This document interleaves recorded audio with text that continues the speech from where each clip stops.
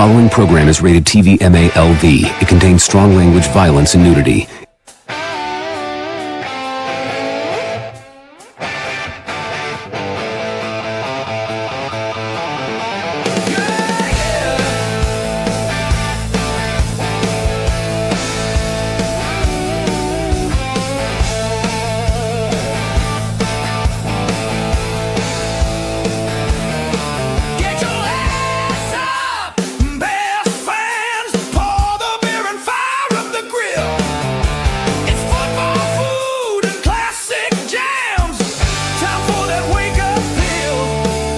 It's the Barfly Tailgate Show. Hey. Barfly Tailgate.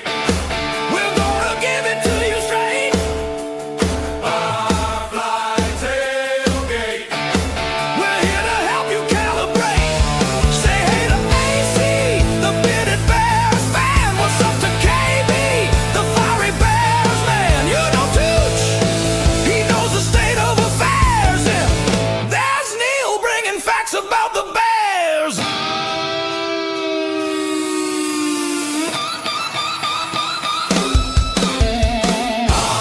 Barfly Tailgate. We're gonna give it to you straight. Barfly Tailgate. We're here to help you calibrate. This is the Barfly Tailgate Show. Let's fucking go! And fuck Green Bay. Good, better, better. Good gets better. Better gets better. Bears on three.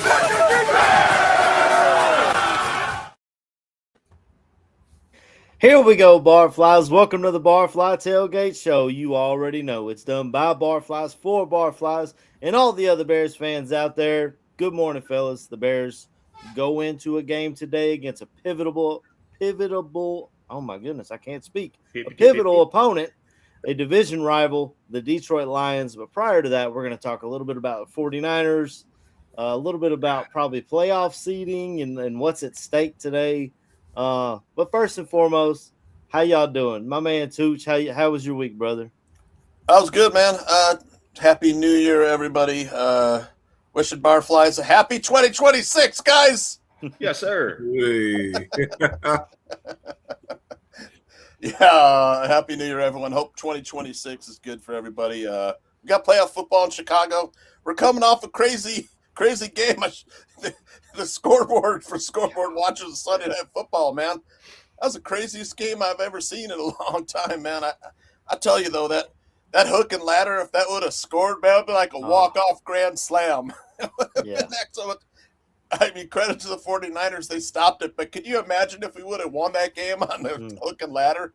Yeah, that'd have been another thing, man. That would have been another feather in Ben Johnson's cap if he was able to pull that off. We were like 2-3 feet short on that last throw. Just came up short. But 49ers game exposed the Bears' Achilles heel. It's the lack of a consistent pass rush, consistent pressure. Yeah, it's really something we all knew all year, I feel like. KB, how was your week, brother? Man, it's been a great week, man. A lot of holiday cheer in the air. You know, the New Year smell. Sucks coming off of an L, man. But you know, you look at a game like that, and you just have hope, brother. And a lot of New Year's hope going around. So that's how I'm feeling, brother, man. Throw that to somebody else. Neil, how was your week, brother? Oh man, we are just now starting to come down from the high of that Rose Bowl, man. I got the Bison shirt on today. Talk about it, big dog. Boy, tell you what, Mendoza, that dude's like the Terminator coming back from the future to save a failing football program, man. I mean, it is unbelievable. Coming back to crush the dirty air, the dirty vibes in a program that now is one of the bullies of college football. Rose Bowl champs. Yeah, Unreal, I'm an SEC fan, man, and even I said I don't think that the Alabama Crimson Tide should have been in the playoff. But and Mendoza, he's probably going to be a Raider too, so he's going to have to do it again when he gets to the pros. Hey, all that dude does is elevate, man. Yeah, All that dude does is elevate. Didn't he play Yeah, I Caleb mean- Williams and him have a shootout when he was at Cal one game? I think no idea. Oh man, when I don't know. Mendoza was at Cal, I think he and Williams had a big shootout. Have to look Williams that up, was man. at USC. I'd have to look it up. I mean, if it happened, that'll be one of those things on draft night, or I guess leading up to the draft. With us, well, remember this guy did Yeah. this, and that. I mean, that was really when they were talking about Caleb, and I kept seeing his first start was against Texas, and I remembered seeing it live. You know, of course, I'm watching the Red River rivalry. Wow, but That's a rough one to say, man. I do the same thing. It's kind of how it sounds sometimes coming out of my mouth. right, It's a wild right. one. That's a wild one. Yeah, so that was my first introduction to Caleb, and I remember the fans in down in Oklahoma cheering for Caleb Williams, wanting him to be on the field over Spencer Rattler, who might be a good backup in this league, but he's not on Caleb's level. But we'll just get right into it. The Bears played Sunday Night Football in Santa Clara against the San Francisco 49ers. Like we said, instant classic. It gave me, I told you guys before the show, it gave me vibes of the Patrick Mahomes, Jared Goff back and forth shootout in Mexico City when Goff was in LA. And it was really that was like the first game where a lot of people looked at Patrick Mahomes and said, okay, maybe this guy is the truth. Maybe he can be this superstar quarterback. And I feel like I'm coming out of this game with people saying the same things about Caleb, even though he came on a losing effort. The plays he was able to make, the throws he was able to make. Oh, my God, I almost forgot the free play, fellas. How many times did we watch Aaron Rodgers kill us with that? Yes. It was so We finally awesome. got one.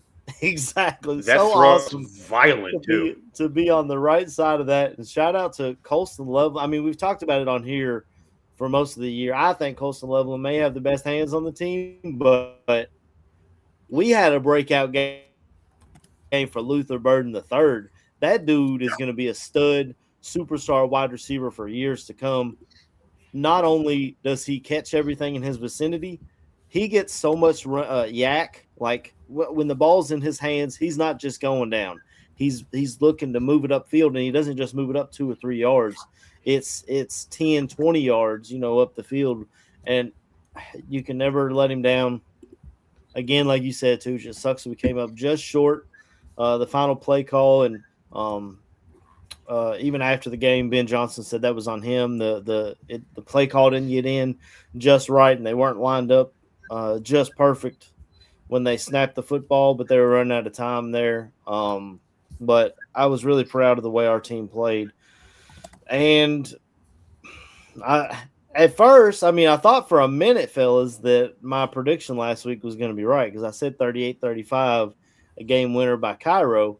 And when he nailed it, all I had to do was have my defense make one stop, and I would have been correct. But like I said, I've never felt this good coming off a loss. Been this impressed by it was the best Sunday Night Football game overall that I've seen in forever. It feels like, just a great game. Tooch, what were your thoughts on the game last week, man? Well, like I said, the Bears. In my notes, let me grab my notes real quick. When there are no turnovers, the Bears rank 30th in EPA allowed per play, and over the past 2 games, the Bears have allowed almost 400 yards rushing and 56 first downs. So in the playoffs, man, we have to tighten up because you just can't rely on turnovers against the better teams.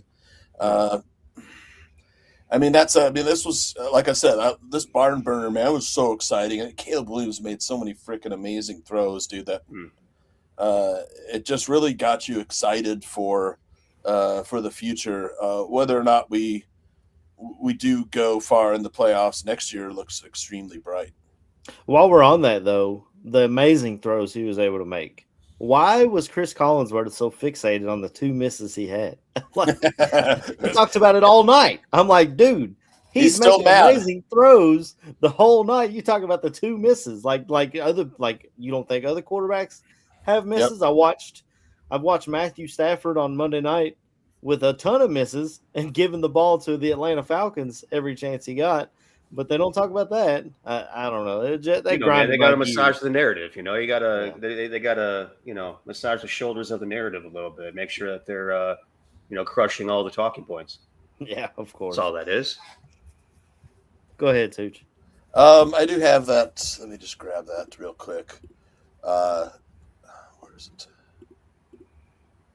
it? Caleb versus Mendoza was a 50-49 game, 2023. Caleb threw for 392 yards, something like that. Back when the conferences made sense. Yeah. I was preparing it while we were talking. That's another hold on, thing, Neil. The conferences are so big that, like I heard someone, Yurko on Carmen and Yurko was saying they should just get rid of the conference championship games because it's just an extra game, this and that. But if they didn't have a conference championship game, we would have went into the playoffs with Ohio State as the 1 seed because they wouldn't have played Indiana head to head. And yeah, it's just so difficult with these big conferences to because you don't play all the teams. 21 points in the fourth quarter. Another Caleb Williams come from behind. I remember, this game. Yeah. It was November of 2023, I think. Hold on a second, let me get the exact date. Those Pac-12 games were tough for me because it was they always came on so late. October after dark, man. October 28, 2023. 50-49 USC win for Caleb versus Fernando Mendoza. But pretty good game if anybody remembers that one. I wish I did.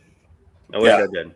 Right. Well, we weren't really watching Caleb Williams as heavy as we probably should have been, knowing that the Bears were gonna. I don't know if Lovie Smith had given us that first round pick yet, first overall pick yet. By then, it was the Texans.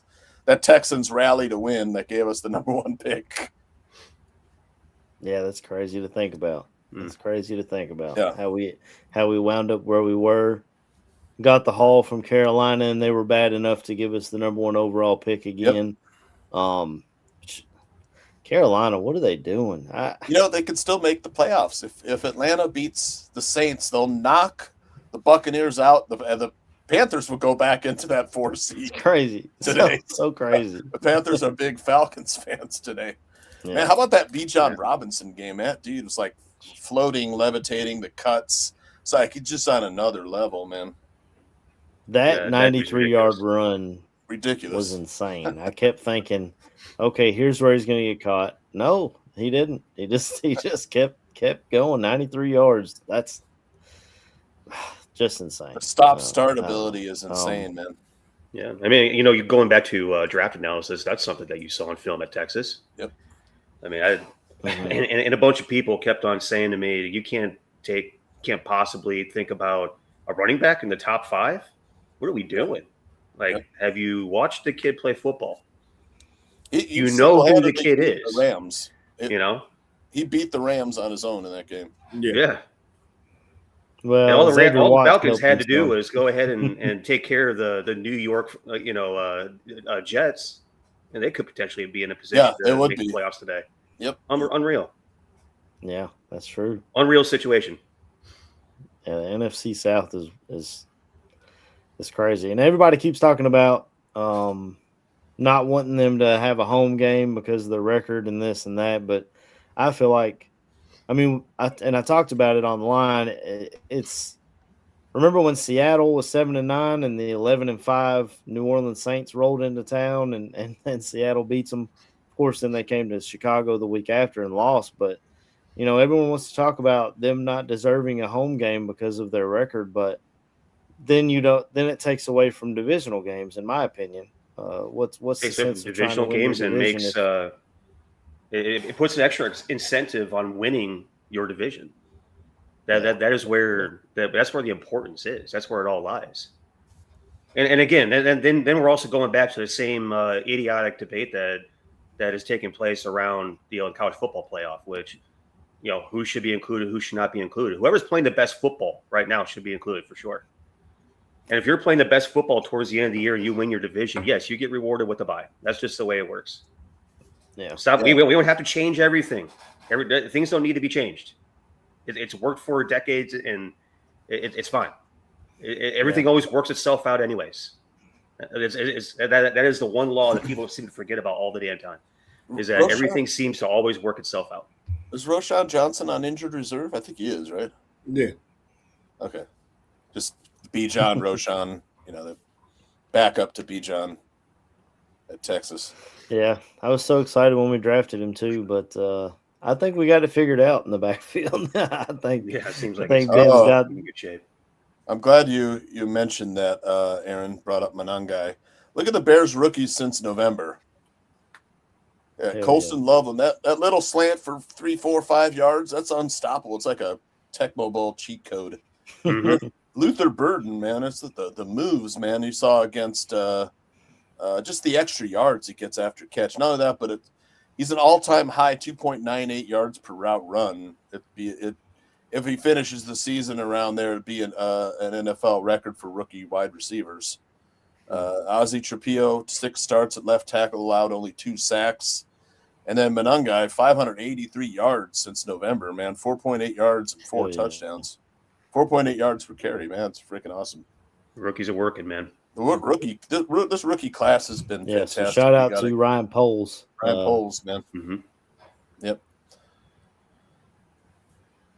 Yeah, it's we're gonna have to keep stacking them because some of these players are gonna have to start getting paid. So you got to be able to build through the draft. KB, I feel like we're getting way off the rails here, man. What were your thoughts on the game last week? It's funny because I kind of called it, if I remember right.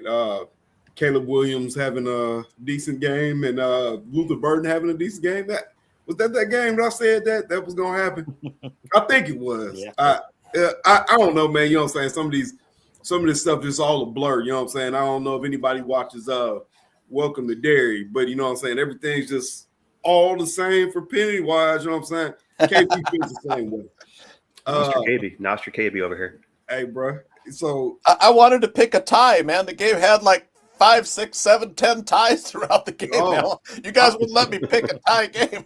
Hey, man, for a second, it looked like it was going everybody's way. That says something, man, about their bowl picks. Their AC almost picked the right score. I mean, it was a fun game to watch. It exposed a lot of worry for the defense. Pass rush just isn't there. Defensive line is what it is at this point. It's something that's got to be fixed in the offseason. That's to me is the biggest thing. You watch how you couldn't get pressure on Purdy. Purdy sat back there all night and looked like Peyton Manning. It was drop back pass, and it was funny because it felt like the same routes that killed you. Somehow Ricky Parasol, whatever his name is, runs a curl and it is in the open spot in the zone. And then Parasol doesn't even play last night. I'm like, how? This dude tore us up. Why couldn't he be out the week before? Right. Parasol, he just consistently finding the open hole. Then ex-Bear, Tongus. Same thing. It's just that he just kept finding the open spot in the zone, man, all game. The last touchdown killed us. I think Nashawn Wright kind of got exposed on why he didn't make it to the Pro Bowl. Purdy picked on him the entire night. All night. The entire night. The defense, the game exposed a lot, but it kind of leaves you the hope of, you don't have to go into this offseason really doing much on offense this year. Everything has to be like legit. This offseason needs to be dedicated to defense and defensive only. You get that right. I mean, if the offense stays on schedule, you got a problem next year. Yep, they could go all defense in the draft. Just Hey, Quarterback, safety, pass rush, defensive lineman. You know, I finally did my first mock draft, fellas. I finally did my first mock draft. Hey, my I first drafted mock us a draft. defensive tackle out of Oregon, Amari Washington, and I grabbed Kenyatta Jackson Jr. out of Ohio State in the second round for our pass rusher. So, yeah, GMAC is trying to fix some things. So we'll see how it goes. GMAC. Hey, it's funny because I ended up with Ugalele and my man from Clemson. Oh, TJ Parker. Yeah, I ended up with Parker and Ugalele, man. I was like, I would take this so much right now. can't wait If for some Romello Height comes out too, that would be nice. That's another Neil one. breakdown on some of these guys later on. Yeah, we got to get into We'll some have to- film study here pretty soon. Yeah, absolutely. We'll have to see who's within reach. I know that Ruben Bain, he might be the top 1-2 pick, depending on Yeah, boy. depending on what Bain these going in teams the top feel like two, doing. Yep. Has that dude been crushing some souls the past couple weeks? Yeah. Yeah, I was gonna say the way that Knocking Miami Ohio defense State did out. Ohio State. Ooh, Mm. ooh. One of my favorite Nasty. dudes, Mr. Brendan Clinton, does them football videos. Had buddy, he said Julian Saying turned into a Cyberman. I was like, oh no. Oh man, this is Got 4 teams left. The final 4 right here. Hey, that Mississippi Miami game is going to be a interesting game to watch here. That Trinidad Chambliss, man. He's Winnidad, they call him. Man, Winnidad. that's a really good player. Wait a minute. That's a Hold dude on that now. needs to go ahead and put himself in the draft. Hold on now. I I think Trinidad. missed something. Georgia lost to Ole Miss. Yep. Yeah. Were you Yeah. asleep? Chambliss, he looked like Caleb Williams out there, man. I'll tell you. I turned the game off at like the third. That was a great game. Oh Lord. Hell of a game, man. Yep. Hey, man, Yeah, Turner, that's what's up, man. What Chandler is is just looking I for think- an extra year of eligibility, I do believe. Yeah, I don't know. I don't know what year he is. What is he? A senior? He's got 1 year of eligibility left if he wants to Okay. return.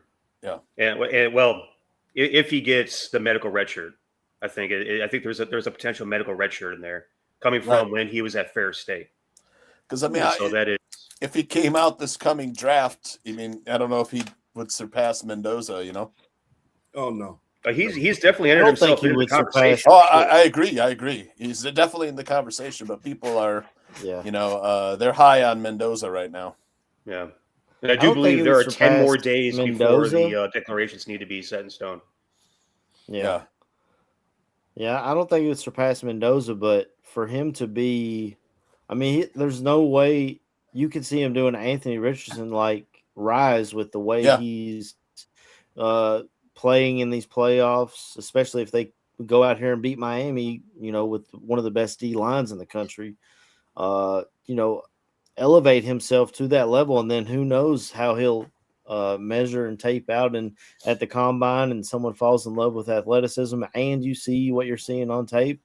I mean, I like Dante Moore out of Oregon, but he Another good player. was struggling against Texas Tech. And if Mhm. Trinidad is that guy, I mean, he might not go number 1, but unfortunately he might have to go to the Jets, but he might be the second quarterback off the board. I was gonna say, God man, bless whoever goes to the Jets. God bless him. My goodness. Ho Jets. It's like being sent straight to purgatory, you know?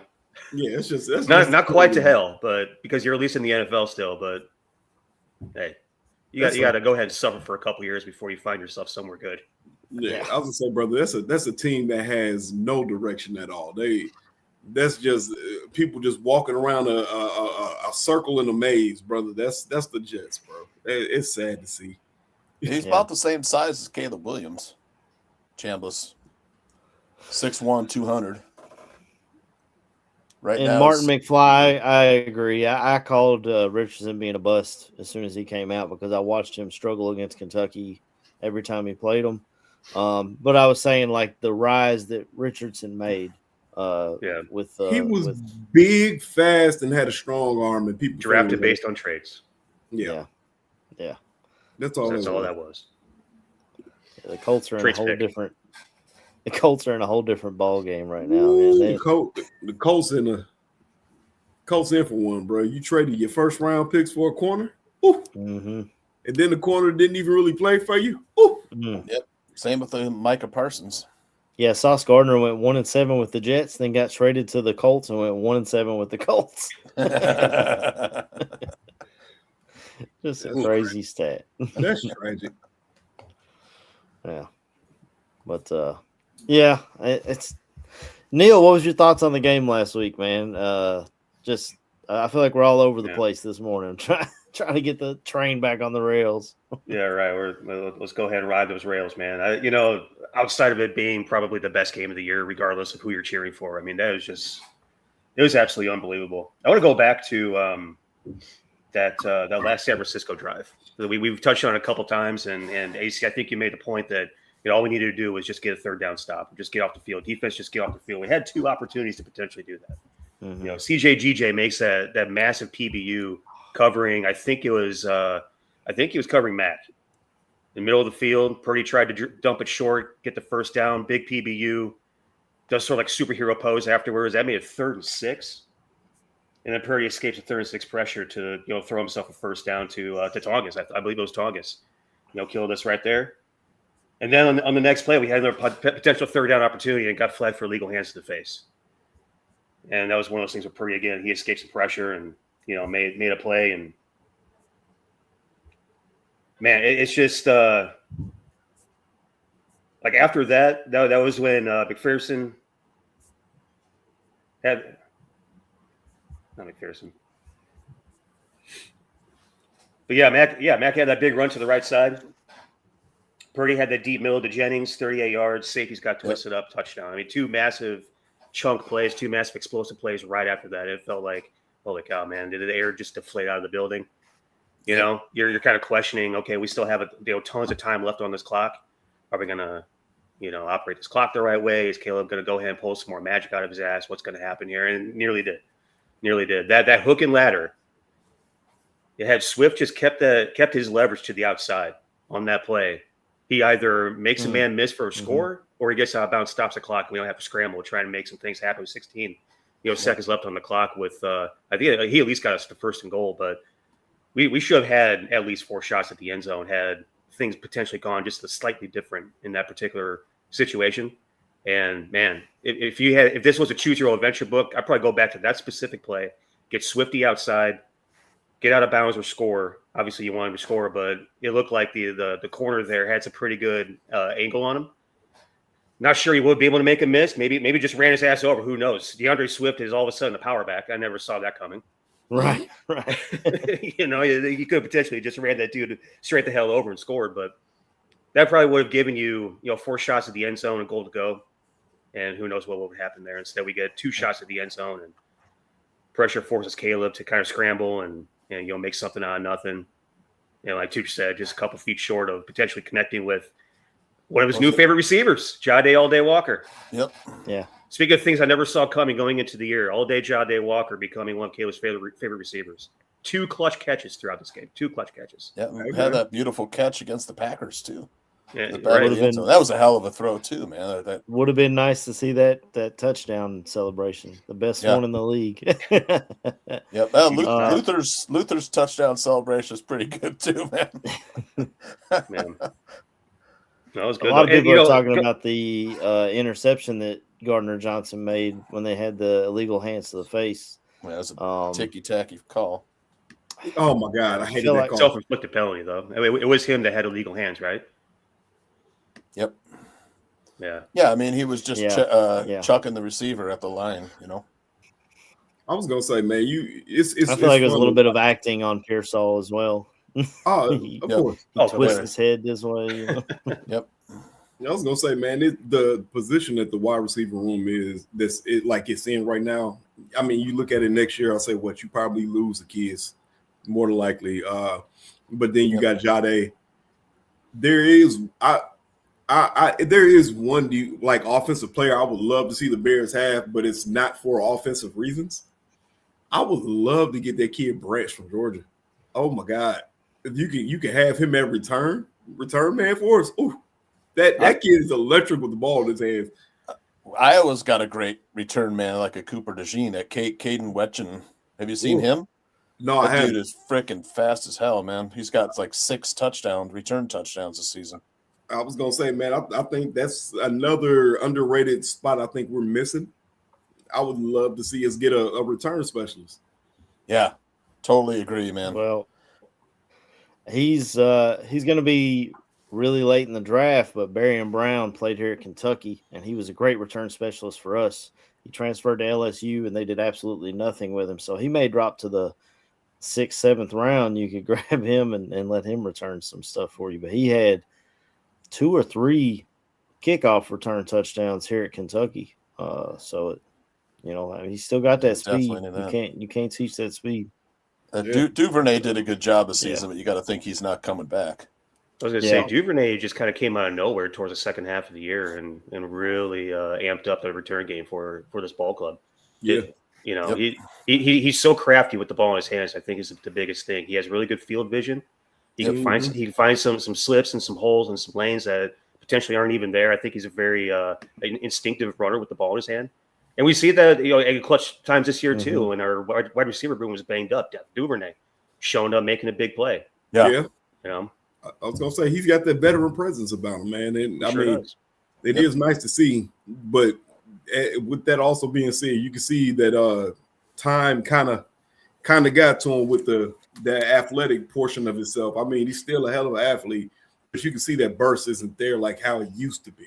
Because Duvernay used to be a burner. When he hit a hole, But I'm just saying that to me, that's another underrated spot. I think I would love to see. I would love to see an electric, returner, somebody who has that speed that hits the crease and is just gone. And speaking of dudes with vision and burst that can hit holes, McCaffrey was absolutely torching us the entire night. Yeah, absolutely torching us. And I guess going back to thoughts on the game, man, defensively. There's times this year where we look like we can't tackle, we can't cover. Tackling was terrible. We can't align right. I mean, it is. There's been about 3 or 4 times this year where there's been a massive exposure, but they come back the next game and shut somebody down. So let's hope that ends up being the case today.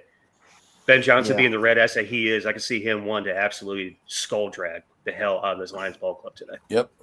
They put 50 on him in week 2. He don't forget shit like that. I do got to say, shout out Jay Grizz. He gave us a good question here. We talked about it a little bit before we got on the show. He says, would any of you boys trade a first-round pick and a later pick or a player on the team for Crosby or Garrett? Absolutely. I don't think Garrett will ever be available, but it sounds like Max Crosby is about fed up with the Raiders organization and the way they do business. They shut him down for the rest of the year for no reason other than to really tank for the draft pick, I think, because he was out that day playing basketball at his house. I love Max Crosby to hit, a payday. I would have been pissed off too. The guy just loves to play. That's what it sounds like. He's a guy. He went to Eastern Michigan. Grimy worked his way up. Actually, Eastern Michigan played Kentucky while he was there. I saw him prior to the draft process. But I love this guy, and I feel like he'd be a perfect Bear. Now we'd have to figure out the number situation. If Montez Sweat's going to give him 98, or I looked it up at Eastern Michigan, he wore 92. So maybe he'd have to switch numbers if he came here. But I love the idea of Crosby. I don't think Garrett's going to leave Cleveland, and even if he does, it's such a big cap hit that I feel like it would be you'd have to give up so much to get him here. I think it would hurt the team overall. Whereas Garrett whereas Crosby, I hate to say it, but you may have to throw in a weapon like a DJ Moore, or unless they want a younger guy, Roma Dunze's not doing much. Throw in a draft pick. The stress fracture in his foot right now. I don't know if he's worth much too. Yeah. But, a lot of people are in the draft are talking about building through the draft, but if you're picking right now 29 to 32, it's hard to find a pass rusher at that point in the draft. I just feel like Crosby solves your problem there, at least for 2-3 years before you have to pay Caleb, and then you'll have to figure it out after that. Yeah. I'll just pass around the room. Oh, go ahead, bro. Go ahead. I'll just pass the question around the room, man. Whoever, I guess we'll go down, kneel, and around. Would you give up some draft capital to go get a pass rusher this offseason, or do you? I know you're a build through the draft guy, right? Usually, what do you got? Yeah, Neil? yeah, definitely built through a draft guy. I'll answer Pison's question real quick. Does Jadarian Price return kicks? He absolutely does, and he is an explosive kick returner. In addition to having the ball in his hand and being able to work out of the backfield in the passing game, he does. Yep. He's a two-phase difference maker in terms of his ability to produce. So yeah, that's definitely a dude that if we want to go ahead and splurge on a tailback, he'll be there on day 2. He'll be there on day 2 for us. And now that'll be. I mean, you're not going to get. You're not going to get love at this point. But Jadarian Price will be in play for where we are picking in this particular draft. In terms of Crosby and Garrett, those are 2 swamp monsters off the edge, and you absolutely try to move heaven and hell to try to make something like that work. As long as it doesn't tank the program, as long as it doesn't tank your franchise in terms of the future, you absolutely go ahead, kick the tires, and overturn some rocks. As far as that's concerned. Big build through the draft guy. I guess it just more or less depends on as we continue. And when I say we, I mean the front office of the Chicago Bears. And as we continue to progress through this pre-draft process, and there's going to be some meetings, after the season, some very intense meetings and some organizational meetings and things of that particular nature that are going to happen, in February. But what you're going to do is try to figure out specifically where we think these pass rushers, these backfield disruptors are going to fall. Where do we anticipate these guys potentially falling in this draft compared to what everybody else's needs and wants are? And if they're as deep as the position group at that position is, as deep as the group is at that position is. You could find yourself with a little bit of a steal towards the back end of one. You're not going to have 10 edge rushers being taken in the first 20 picks. Guys need a left tackle. And when I say guys, I mean other clubs. Other ball clubs need a left tackle. Other ball clubs need a difference maker on the edge. Other ball clubs need something in the middle. Other ball clubs need DBs and retrievers and tailbacks. Guys that can make plays on the ball with the ball. So you're going to have somebody available towards the back end of one. If that's the direction that you're going to go, if you're the Chicago Bears, if you're going to take an edge rusher with that first pick, which really is probably the biggest gaping hole right now of everything that is potentially a deficiency, you're going to be able to work some leverage there. Yes, you absolutely kick the tires of Crosby and Garrett, but you also got to be realistic about what we're trying to do with this ball club here and prepare for the future as well. So. That'll be probably the biggest talking point in those pre-draft meetings, I would assume. Yeah, you're right. And Fochese in the chat said he's out on Dex. He's not the one. That may be another position that pops up. I mean, I guess they drafted Shamar Turner, and we haven't seen a ton out of him this year because he's been injured. But they drafted him in the 2nd round. They may see him as their future 3 tech. And that's another thing, AC, with how Poles went ahead and hit on all these draft picks this year. We just talked about it. We're talking the college football playoff. Go ahead, Neil. Do we freeze up? No, we're here. I thought we froze up for a second there. Man, that scared me.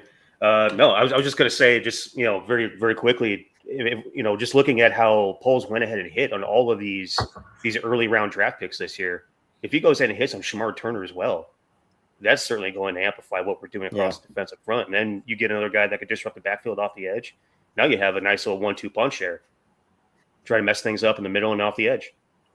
Yep. Disrupting offensive flow. I mean, I hope Shamar Turner is who they expect him to be. I pray to God that he's not, number one, an injury-riddled type of dude. Because that's been kind of a problem. Yep. Bringing a bunch of dudes that aren't fully healthy right away, and we have to wait until they get fully healthy and get into the flow and kind of warm the engine a little bit, so to speak, to see what their effect on this team is going to be. man, that's got to be fixed. We got to do a better job in the pre-draft process. Talk about the pre-draft process. We got to do a better job with these medicals. But Yes. if Shamar Turner can go ahead and mess some things up inside, Yeah. we'll be looking pretty good. And from that standpoint, Gervon Dexter and Shamar Turner, I'm fine with that on the interior. Yeah, man. I mean, What about you, Of course. KB? Are you trading away for Crosby or so I was one of the people that, you know what I'm saying, I always looked at these, oh man, this player looked real good next year when he's wearing the Bears jersey type, that I'm like, nah, man, I'm out on those things because it always seems unrealistic. You know what I'm saying? And I'm somebody that wants to live in the plane of what can actually happen. But with the recent report of Diana Rossini putting out that the Raiders might actually be okay with moving off of Crosby this year in the offseason, I mean, at that point, you kind of feel like you have to. You know that they kicked the tires on Myles Garrett. That came out. I'm pretty sure they said something about the Bears reaching out about Max Crosby at one point. So at this point, yes, even right now, all things being fair, say the Bears lose in the first round, you're still picking somewhere in the mid-20s, right? Yeah, you could find a decent edge rusher at that point, but who's going to be Max Crosby? You feel me? I don't like the idea of trading 2 firsts. I don't. If I'm trading 2 firsts, that means they're eating everything, all the cap hit. They need to take every excess out of that trade. And at that point, you're not sending them anything. I don't like the idea, but I understand. I understand the idea. You know what I'm saying? You need somebody who's that level of a pass rusher to be opposite of Sweat. I also love the idea of the fact that Crosby could come in and also teach somebody he's friends with in Austin Booker, because apparently him and Austin Booker know each other. They've been friends or something like that. Came out his first year coming to us. So if Crosby comes in, now you got Austin Booker in his back pocket. Mm-hmm. Now teach me everything that you do, because Austin Booker has the hustle, and I've said it. I think Austin Booker might be our best pass rusher right now. Oh yeah, he does a lot of things the right way. No question.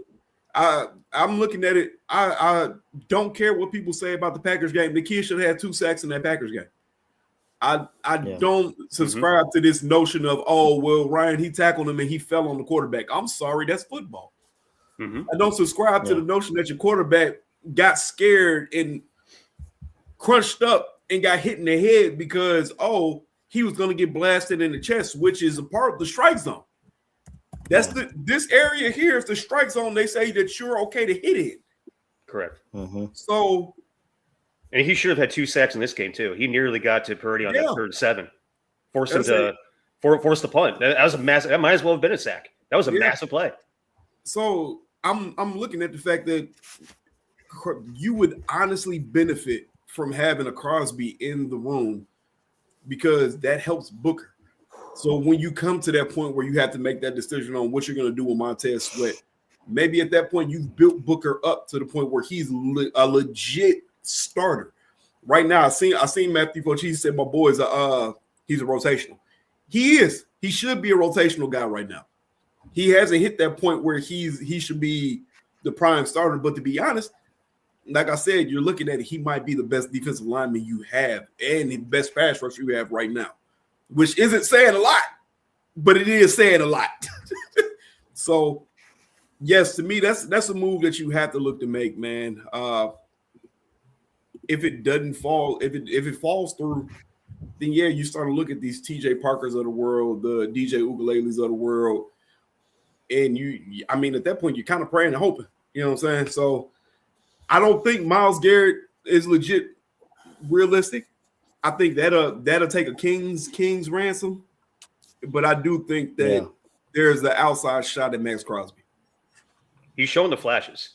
Booker is showing the flashes, and I agree with Swanson took the thought right out of my head. He's starting to ascend. He's doing a lot of things the right way. He's playing with great effort. He's playing with great toughness. He's physical. He's getting his arms up passing lanes. He's he's just relentless out there. Yep. And the length of his arms allows him to make plays as well. He is so close to being the guy. He's so close, and I guess that could be potentially where Max Crosby comes in and helps out, like KB saying. Your room is definitely improved in one way, shape, or form with that guy in it. Yeah. And just to bounce off one thing KB said, Max Crosby, 100 something, like he was 4th-round pick, 106 overall pick in the draft. You can find gems, you can find diamonds in the rough, diamonds in the dirt later on in rounds 2, 3, and 4. Yep. And hell, the back end of 1, like I was just talking about, with how deep this class is. That's true. So it's not out of the question that we can find Max Crosby in the draft. That's certainly something that could take place. I mean, maybe Booker.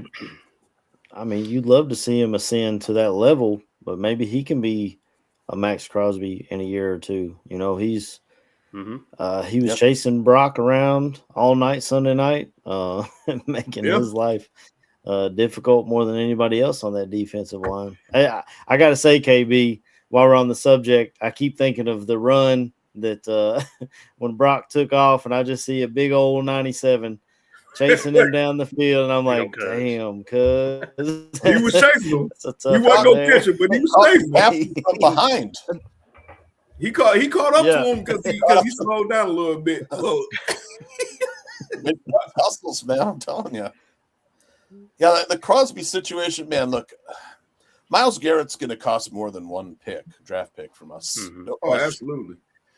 Crosby, the cap situation would be the impediment to the Bears trading for him. You'd have to restructure a lot of deals because in March, Crosby signed a massive 3-year extension worth $106.5 million. The Bears have like $8.5 million in cap space next year. It'd be pretty hard to fit him under the cap. You have to restructure guys like DJ Moore. DJ Moore's cap hit next year is like $29 million. Let me see if that would be the biggest thing. Montez Sweat, you have to, Jalen Johnson, Joe Tooney, Deo. Maybe we don't bring back Grady Jarrett. Grady Jarrett's cap hit next year is $19 million. Tremaine Edmonds, $17 million. I mean, some of these guys you can restructure. How many years did Grady Jarrett sign for? Their teacher? He signed a. Let's see. Hold on a second. I think it was a 3-year deal. Damn, they signed him to a 3-year deal. What was he? Yeah, he's 30, right? 3 year, $50 million, I think. Grady. Something like that. I don't have the numbers on me right off. Let me just see. Maybe that's the only way they were able to lure him in free agency is by offering him more than a 1-year deal, but that's not looking great, right? I mean, he's fine, but you expect and I don't want to diss Grady Jarrett because I think he's, like I said, he's fine, but I think what he brings to the team is more in the locker room than what he's been bringing on the field. As far as teaching these young guys how to be a professional and really being a leader in that locker room. But yeah, we've got a top 5 paid defense that we're not getting our money's worth out of. We're seeing it all around the league too. Pittsburgh has the highest paid defense, and 3-year, $30 million, I think, for Grady, but it's more like a 2-year deal because of the cap hits. But would Max Crosby be better than a late first round edge rusher?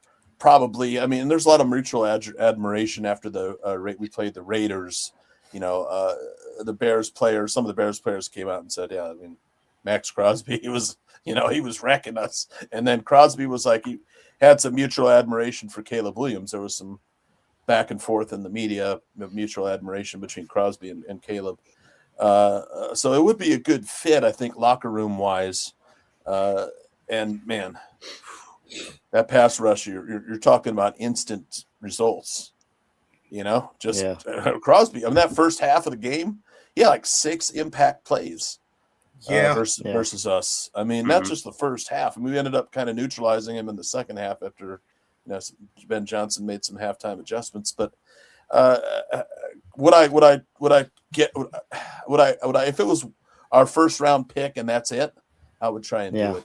No question.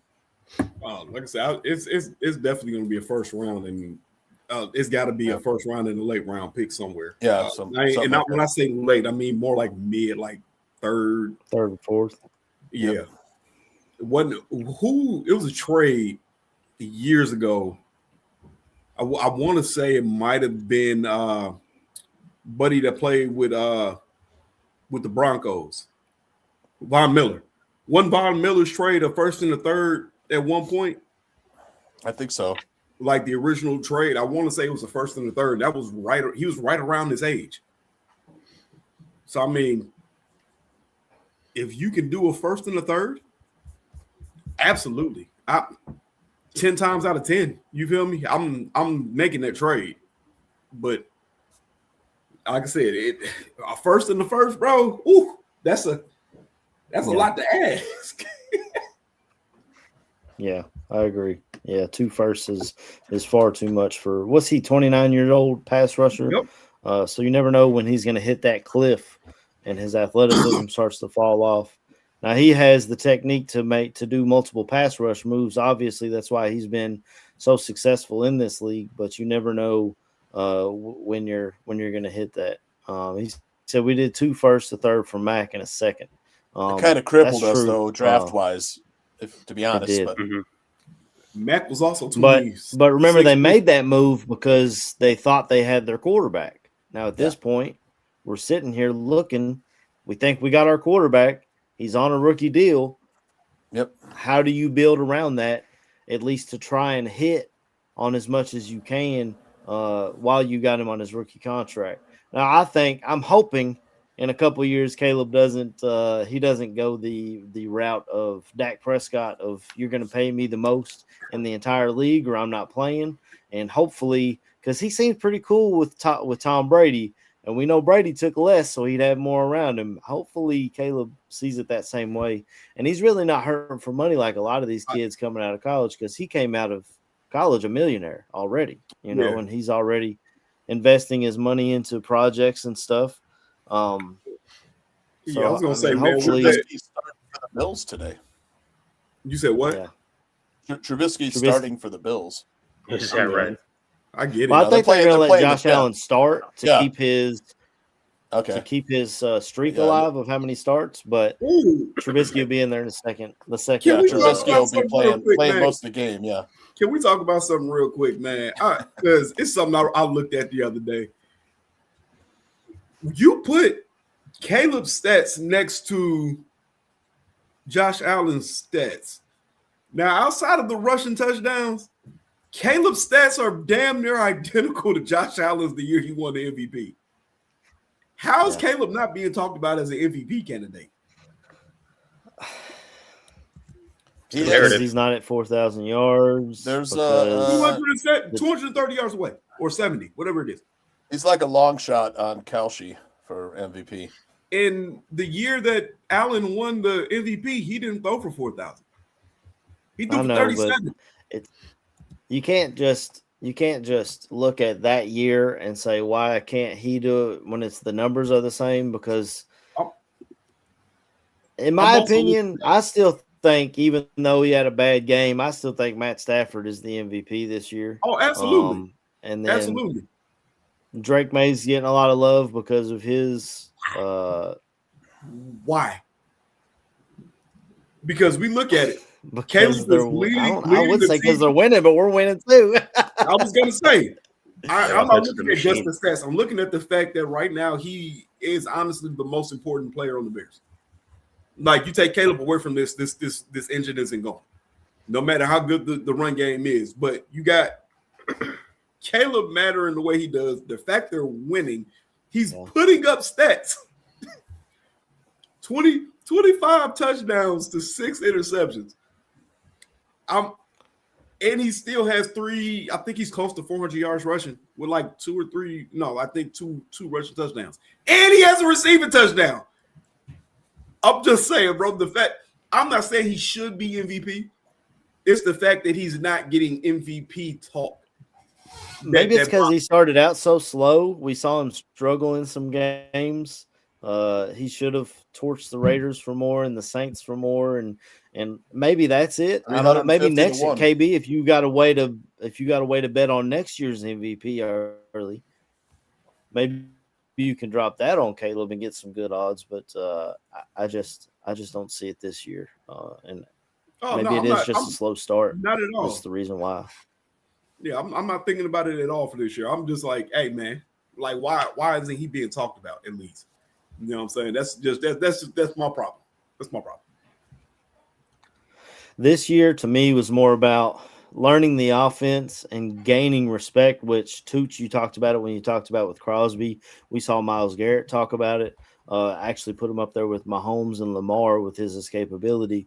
I think Caleb's getting the respect in the league, and then maybe next year, as the fans of, I'm hearing fans of other teams. My co-host on the 12 Ounce Curl Route podcast is a Packers fan, and he said he hates that the rivalry's back because for years we were just the whipping post. They just showed up, they beat us, they leave.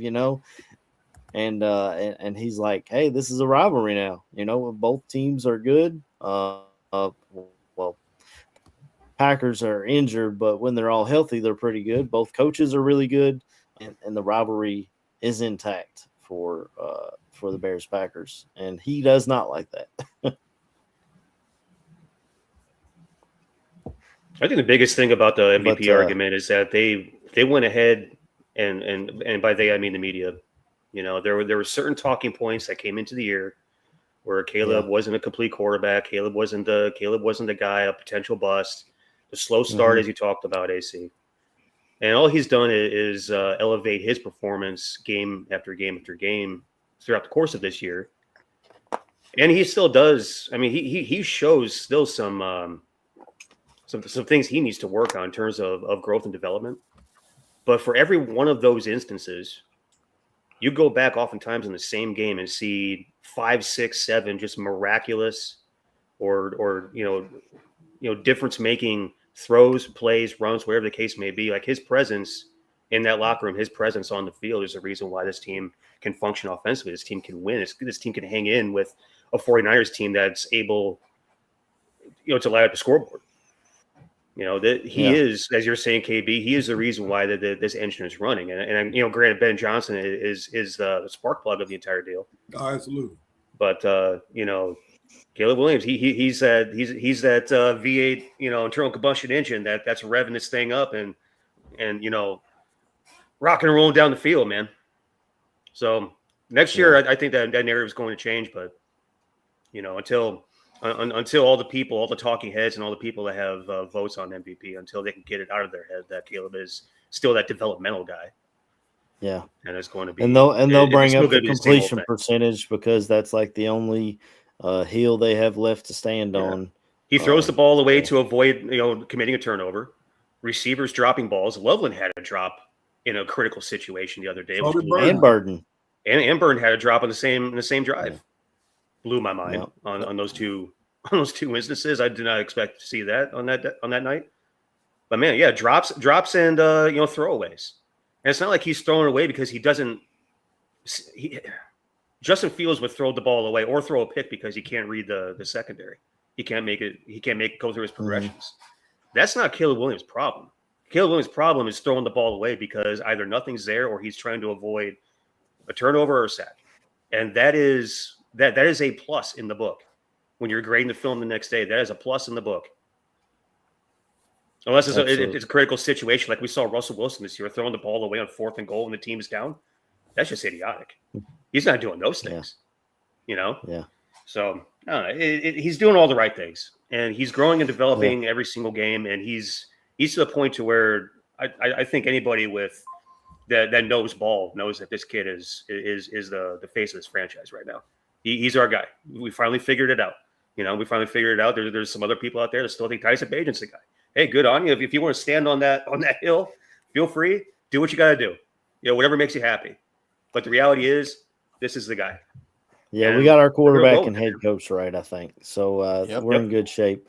Absolutely. We got to get into this. We got to get into this game today. Tooch, you usually got numbers for me. Again, this is bring up that injury report. We got Yep. Joe Tryon Sharenka out with a concussion.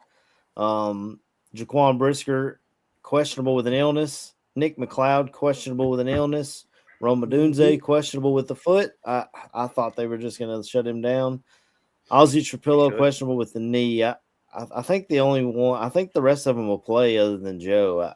I just don't think that flu has been it's been really something serious, man.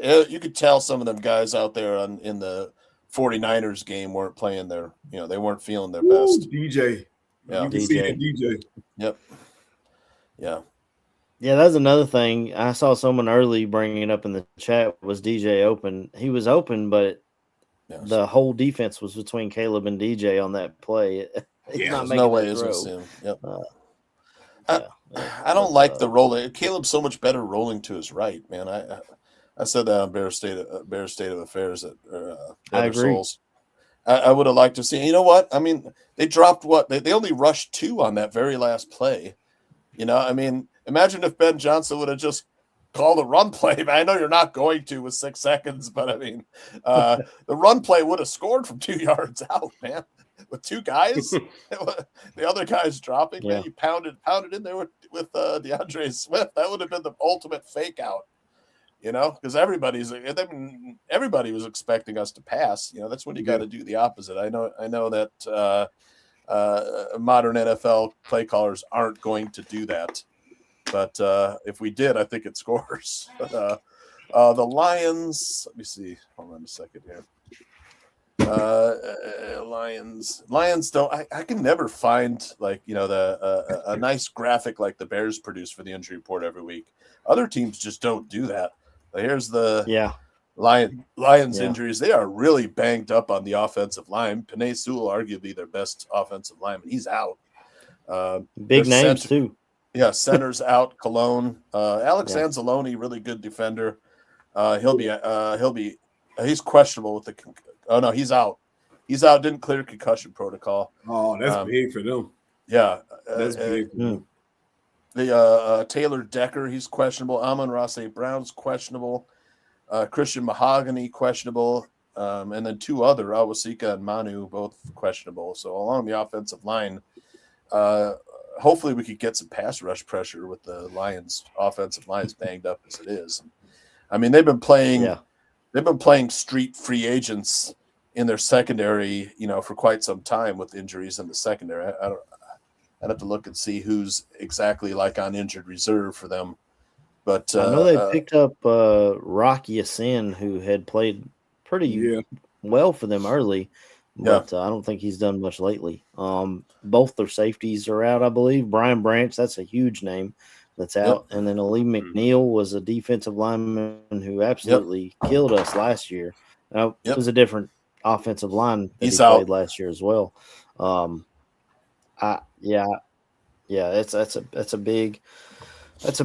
big blows. Of course, Penei Sewell, probably the best player on their team, being out is huge for the Detroit Lions. But I don't expect them to come in here and lay down, though. Not a Dan Campbell led team. Nope. I know he gets a lot of shit. We may have, let's be honest, fellas, the NFC North may have the best coaches in the league, top to bottom. I just don't expect them to. Mm-hmm.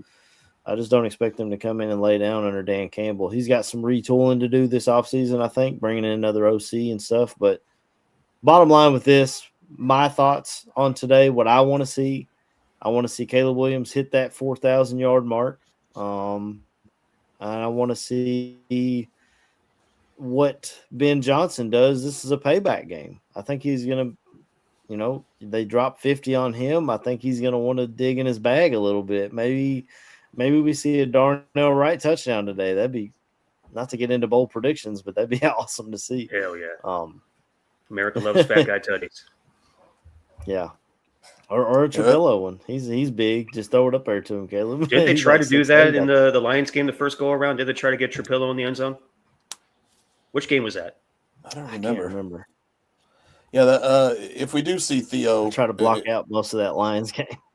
Theo Bennett at left tackle, if Ozzy isn't going to go, or if he's too too banged up to really give you a good effort against Aiden Hutchinson. Either way, they're going to chip Aiden Hutchinson. They'll double, put a tight end on that side to help with blocking him. Because, I mean, that's really the only pass rusher that can hurt you on them, on the Lions right now with as banged up as they are.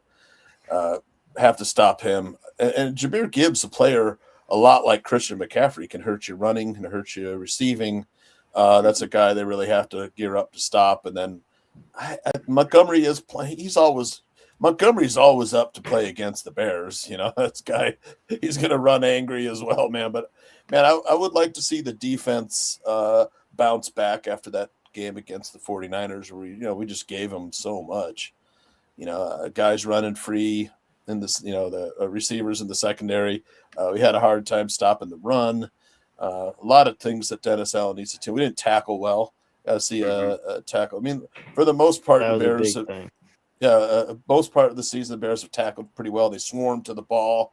You always see 3, 4, 5 guys getting around the ball for the tackle. I would like to see, a better effort defensively because, I mean, I guarantee you teams who play in the playoffs, they're going to be, getting, a lot of ideas on how to exploit our defense. But the thing is, the Bears have incentive for this game. If we lose this game to the Lions and the Eagles beat the Commanders today, we drop to the 3 seed in a date with the Rams. I'd much rather play the banged up Packers. A second seed would guarantee us home games all the way up through the NFC Championship, assuming we win. We keep winning, so there's a lot of incentive for the Bears to win this game against the Lions. Yeah, absolutely. Neil, someone's asking in the chat, what's the weather like in Chicago today? They said, I know it's probably cold, but how's the wind and what are we looking at there? Because you get these Lions playing outside, especially Jared Goff. We know he doesn't like to play in the cold. That may be, and it seems like our Bears play a lot better at home than they do on the road this year. That's a great point. They're loving Soldier Field. So what's it looking like out there today, Neil? Lions are dookie on the road, but hey, it is a beautiful day out there. I haven't stepped foot outside yet, but it's about 30 degrees, and as you can tell behind me, it is bright. It is messing with my camera and my lighting over here. It is kind of screwing up my show, but it is a gorgeous day for football, guys. It's not going to be. I don't think the wind is going to be too intense. Let me look that up real quick here. See what that's talking about. It's a mild wind. Wind chill is at 23, but the high is going to be 32 around kickoff. It's going to be around 32. No chance of precipitation. Just a beautiful day for football in January. So, I mean, the elements are going to be what they are. It's just going to be January in Chicago. It's going to be nothing extreme. No snow, no rain, no high winds. It's just going to be, a beautiful day to get out there if you're tailgating or if you're going to the game, man. It's just a beautiful day to hang out, watch the Bears kick some Lion ass. Absolutely. Yeah. Here's the playoff. Really excited. Playoff picture as it stands right now, both NFC and AFC. Right now, if the Bears maintain their second seed, we will play the Packers, man. I think that's what everybody wants. You guys agree, right? We want to play the Packers in the first round, knock them out.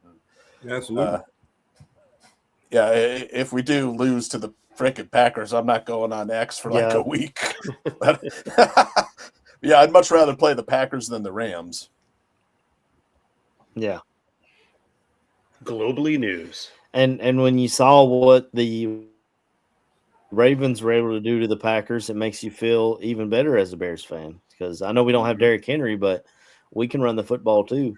If you guys aren't interested in tackling and stopping the run game, then we'll just go ahead and take advantage of that. That's definitely the team I'd rather play. Not the Rams, not the Niners. Over in the AFC, the Texans can still win the AFC South. I find it interesting, but I mean the Jaguars have an easy game. Well, both teams really have easy games. The Jaguars are playing the Titans, and the Texans got a date with the Colts. But the Bills locked into the 7th seed. They're playing the Jets today. If the Broncos lose and the Patriots win, I think the Patriots take that number 1 spot from the Broncos. Yep. That's one interesting thing there. The Seahawks are locked into the 1 seed. Yep. The Packers are locked into the 7th seed. And again, if the Falcons win today, the Buccaneers would be replaced by the Panthers there. So wouldn't you guys rather play the Packers than the Rams? I mean, I think the Rams are far more 100%. dangerous. Yeah. No, Yeah. We have some playoff Yeah, venues I against agree. the Packers we need to establish as well.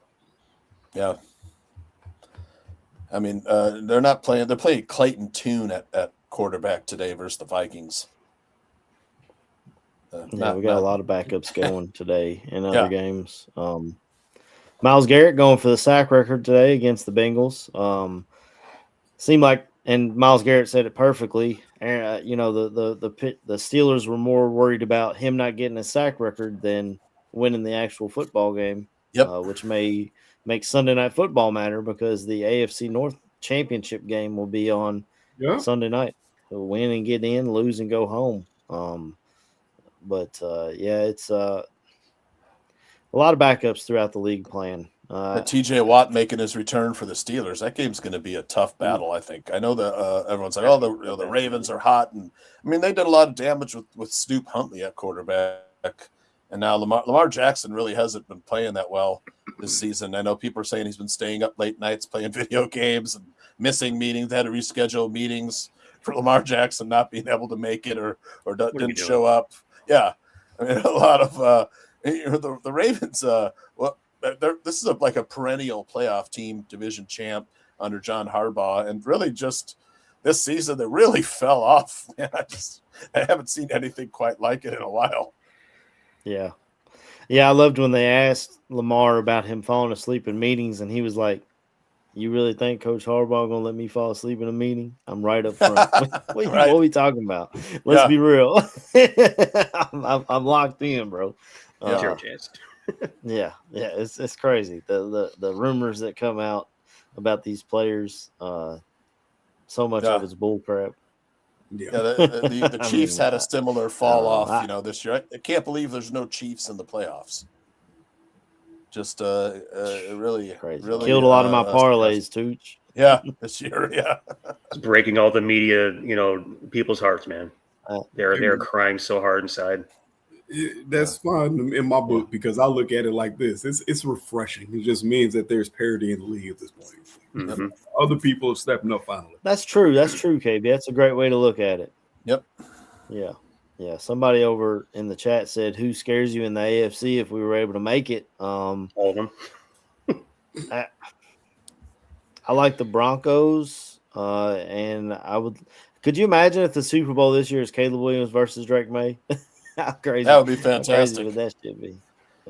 Jaguars are interesting. Caleb Williams and Trevor Lawrence about that one. Bears, Jags. Yeah. Who would have seen that one coming?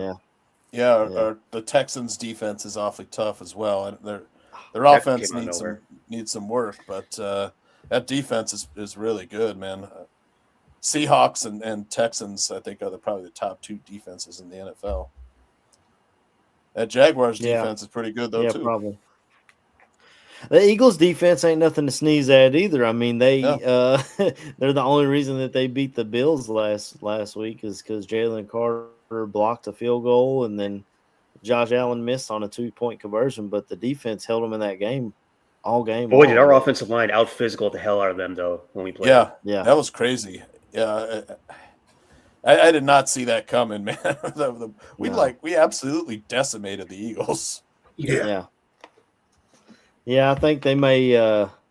I know Eagles fans at work are like, "We'll see y'all in the playoffs." I'm like, okay, maybe. I don't want to be too.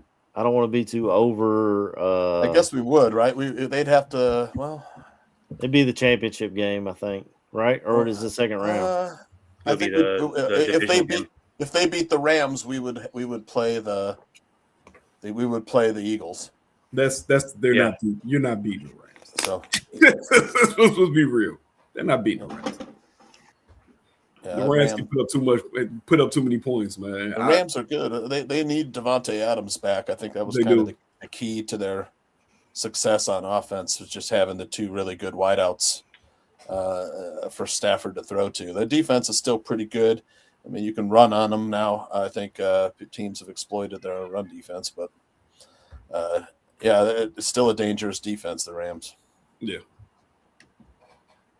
Let's see. Yeah.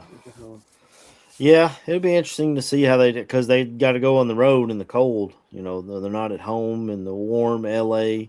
And when they went on the road to Carolina, they lost. When they went on the road to Atlanta, they lost. They haven't exactly been road warriors, at least late here in the season. But we got to close this thing on out, fellas. We talked about a lot today, but we're going to do it like we always do. Give me your score prediction, bowl prediction, MVB, hit your shout outs, and we'll close it out. I'll start with Tooch this time, and we'll go down and around. All right. I'll definitely take it. The Bears in this one. We're favored by 3.5 in this one. I think that game against the 49ers, Bears were 3.5 point dogs, and that we end up losing by 4. So that line was ultra sharp.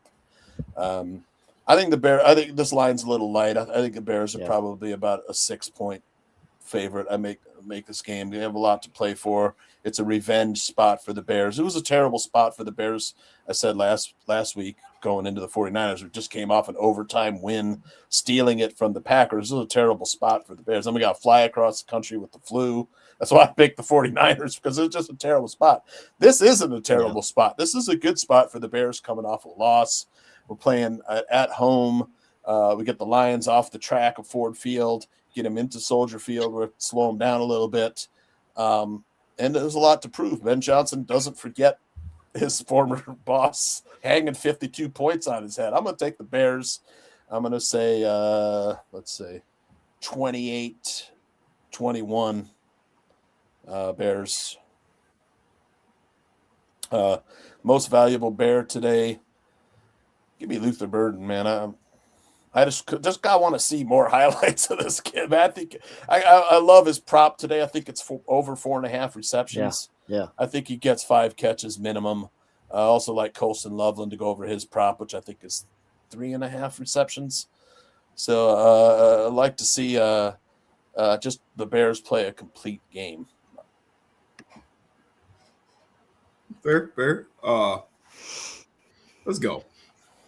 Of course I'm picking the Bears. I don't see Ben Johnson getting swept by anybody in the division this year. I think of course we get the revenge. The Lions are really beat up. I think the Bears put up numbers today. I don't want to predict anything wild. I will say I do think that Caleb does try to go for the 4,000 a day, which means I believe Luther Burden acts a fool. Yeah, Luther Burden is probably going to act a fool today. But I say Bears 32, Lions 24. MVP, of course, Caleb. Man, I just feel like Luther act a fool today, man. I don't know how many. I give him over 100 yards receiving today. But it's just I just got that feeling. I think everybody that's on that offense is looking at that 270 and saying, "We can get you there, bro. Like we can do this." So yeah, I give the Bears that is my bold prediction today. I think they tried as a team try to wholly get Caleb that 270 as best as they can. Shout outs, of course, shouts to the chat, man. Shout out to everybody on the pod. It's been a fun season, man. It's been fun watching this, especially when we didn't really expect it to be the way it did. I thought we all kind of expected the Bears to be decent, but I think people really more so considered us middle of the pack. Probably more than the vein of what the Lions did this year. Felt like that was probably supposed to be our record. So it's been a fun watch, man. So shout out to everybody in the chat, man. Go ahead, Neil. Take it away, brother. Hell yeah, buddy. Hell yeah. 38-20 is what's speaking to me today. 38-20 is what's speaking to me. Bold prediction. The Bears are going to score in a very bizarre way today. Whether that means Austin Booker goes ahead and gets a strip sack, whether that means Devin Duvernay houses one, whether that means somebody on offense that doesn't normally score a touchdown scores a touchdown. We get an offensive lineman, a backup quarterback. We get some kind of funky, sort of, Ben dipping into his big bag of tricks, type of situation taking place, going in the red zone. One way or the other, I think there's going to be a bizarre score today, and we're going to be pretty amped up about it. America loves fat guy tutties. We'd love to see one. Most valuable bear, Ben Johnson, will be the most valuable bear. As long as he dips into his big bag of tricks and tries to get Caleb Williams his 270 and everything happens within the framework of the offense, of the game plan, and he doesn't outthink and overthink the situation. We've seen that happen a couple times this year where he overthinks the situation, tries to get too cute, and ends up, screwing a drive up that could potentially, put us in a better position to win a ball game. So Ben Johnson, be poised, be calm, be collected, be cool. Go ahead and just go beat Detroit's ass. I don't know if Tooch has a graphic queued up, but run the ball down a motherfucker's throat. That's what we got to do. That's what we got to do. Coaching doesn't matter. I don't know if Tooch has that one queued up as well. He could potentially queue it up for us one more time before we end the regular season. There it is. But yes, he does. Yes, he does. Yes. There we go. She has such a big heart. She does. Brings excellent assets to the table. So here we are, man. That's what I feel like. Bear down, man. Bears going to get this win. We're going to have meaningful football in January. So damn amped up for. It's been way too long, man. Run through a motherfucker's face. That's what we're going to do today. Absolutely destroy this team is what we got to do today. Ben will hang 70 on this team if he can. I just don't think we're going to quite get there. But hey, could be in the 50s. Could be in the 50s. I'm just going to kind of go right down the middle here with a nice, calm, cool 38. I'm going to hit 38 today. 38-20. Nice solid win for us. Boys, I appreciate the hell out of y'all. Happy New Year to everybody. Happy New Year. You've enjoyed the past couple weeks worth of holiday celebrations, friends, family, good food, good drinks, good times, good stories, fellowship, and fun. Man, it's been a great time. It's been a great couple weeks. A little bit of downtime to spend with people that matter. Shout out to the chat. Shout out to everybody out there watching, listening. Hit that bell, like, subscribe, share. Bring 5 people in next week. When we get ready for some playoff football here in Chicago. And for everybody that's going to be out there today, make this stadium rock. Hell yeah. Be loud, be rowdy, scare these sons of bitches back up to Detroit. Love y'all. Yeah. And hey, especially I keep missing every single week for a couple weeks now. Shout out to Aldo, man. Oh, yeah. Sounds like Aldo, you're doing pretty well. Recovering from that little setback you had, man. You're the dog, dude. Speaking of engines, talk about engines making things run. You make this shit run, buddy. Appreciate you. Merry Christmas, Happy New Year, everybody. Let's go get a win. Absolutely. Absolutely. I'm going to do shout outs first, and then I'll get into the game. Shout out to you guys for coming on with me. I appreciate it. Jay Grizz, yes, we will have another show next week. As long as the Bears are playing, we will have a Barfly Tailgate Show. Hopefully, the Bears don't get screwed and get stuck into that Monday night game and have to go on a short week in the second week of the playoffs if they win. But we'll worry about that when it gets here. Shout out to the chat, man. They really brought it today. And shout out to you boys for bringing it each and every week. I appreciate it. Score prediction. Somebody said it in the chat, and I'm feeling like Ben Johnson's going to want to hang something on him today. He's going to want a little revenge for week 2. Somebody said 42-17 in the chat, and I agree with that. I think it was Bears fan 40 that said 42-17. That's what I'm feeling too. I think the offense gets back on track. The defense gets some turnovers, and Austin Booker gets a couple sacks. Why not? I mean, Jared Goff is not mobile, and they're missing their best offensive tackle. So let's get home. My bold prediction, I said it earlier, and Neil kind of stole my thunder a little bit. I think we get a Darnell Wright touchdown today. I think he's going to throw it up. So we saw this guy making one-handed grabs in training camp. So obviously he's got the athleticism to go up and get it. And they didn't practice that for nothing. They're going to get it together and do that. So that's my bold prediction, is a Darnell Wright touchdown. MVB,